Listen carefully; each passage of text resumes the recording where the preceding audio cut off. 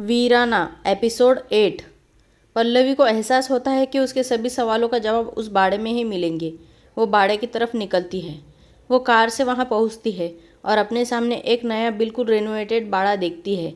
उसके पास कोई शब्द नहीं थे। वो अपने सामने जिस सच को देख पा रही थी उससे काफ़ी अचंभित हो जाती है। नहीं, ये क्या? इस बाड़े को क्या हो गया? वो ये सब देखकर इतने सदमे में आ जाती है कि वो वहीं बेहोश हो जाती है। पल्लवी को जब होश आता है तो वो खुद को अस्पताल में पाती है। उसे अपने पास एक नर्स खड़ी दिखाई देती है। अब आप कैसा महसूस कर रही हैं?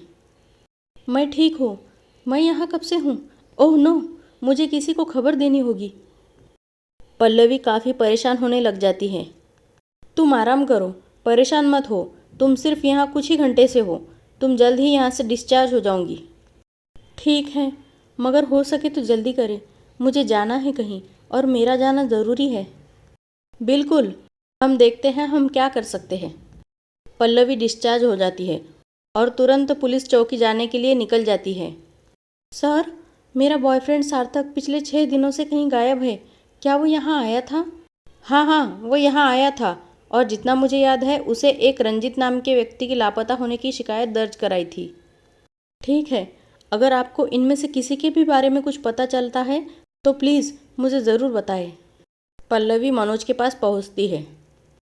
हेलो मनोज, क्या तुम्हें सार्थक के बारे में कुछ पता है?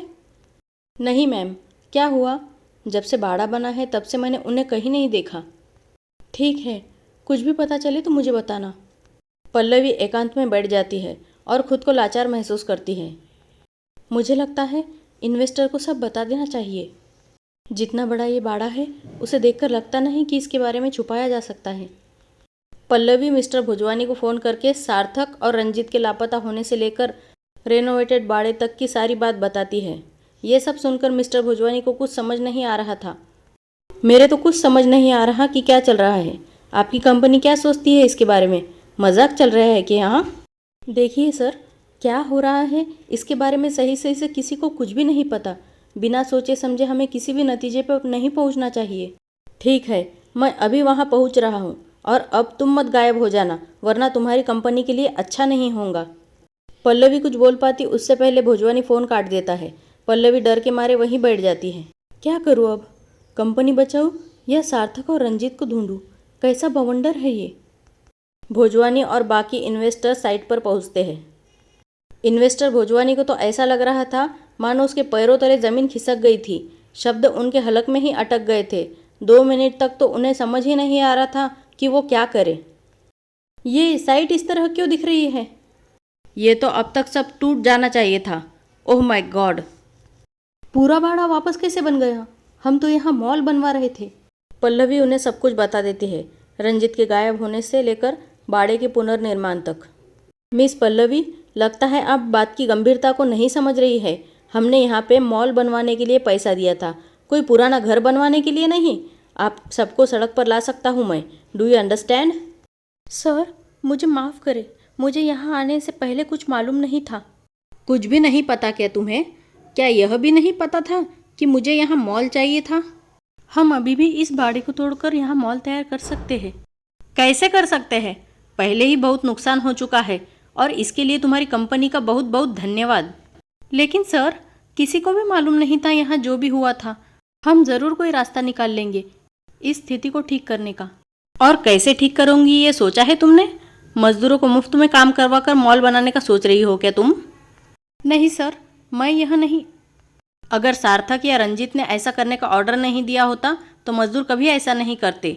इन सब के लिए केवल तुम्हारी कंपनी जिम्मेदार है। पर सर। नहीं पल्लवी, मैं तुम्हें और तुम्हारी कंपनी को अभी फायर करता हूँ। ये कॉन्ट्रैक्ट अब हम ही संभाल लेंगे। सर प्लीज़, मुझे दूसरा मौका दे, हम ज़रूर कुछ हल निकाल लेंगे। पल्लवी, मुझे इस पर और कोई तर्क नहीं चाहिए, अन्यथा मैं कानूनी कार्रवाई करने पर मजबूर हो जाऊंगा, जो कि ज़्यादा बुरा होगा। तुम इसी वक्त मेरे सामने से चली जाओ। पल्लवी शांति से चली जाती है। मिस्टर भोजवानी मनोज से बातचीत करने के लिए जाते हैं कि कैसे मॉल की जगह बाड़ा बना दिया।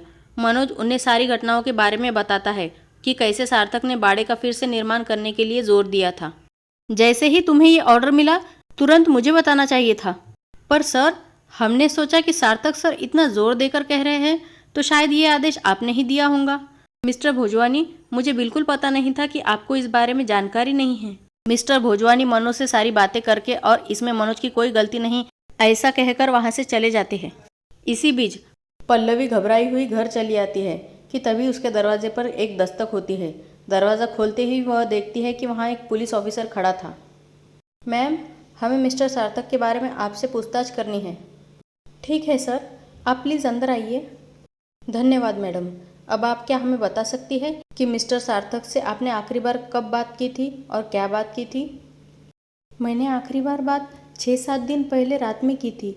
मैंने उसे कॉल किया क्योंकि मुझे अच्छा नहीं लग रहा था। उसने बताया कि वह बाड़े में ही रात बिता रहा है। अच्छा, क्या उन्होंने कुछ अलग तरीके से बात की? मतलब नॉर्मल से कुछ अलग बिहेवियर? नहीं ऑफिसर।